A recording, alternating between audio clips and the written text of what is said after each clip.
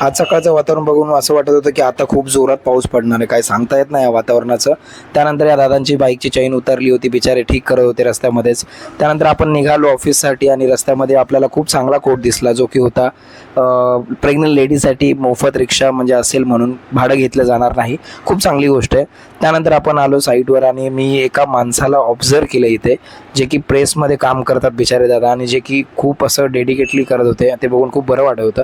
त्यानंतर लंच केला, मस्तपैकी व्हेज थाळी खाल्ली आणि आपला छास एन्जॉय केला. कारण हे असं ओपन छास मला खूप आवडतं, कारण ते पॅकेटवालं बरोबर लागत नाही.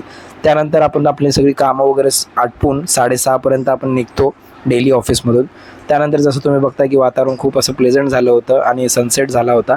त्यानंतर गाईज आपल्याला जायचं होतं विजय सेल्सला, कारण आपल्याला घ्यायचं आहे फ्रीज. तर मम्मीला मी फोन केला होता की तू ये मागून, मी आधी जाऊन सगळं चेक करून येतो.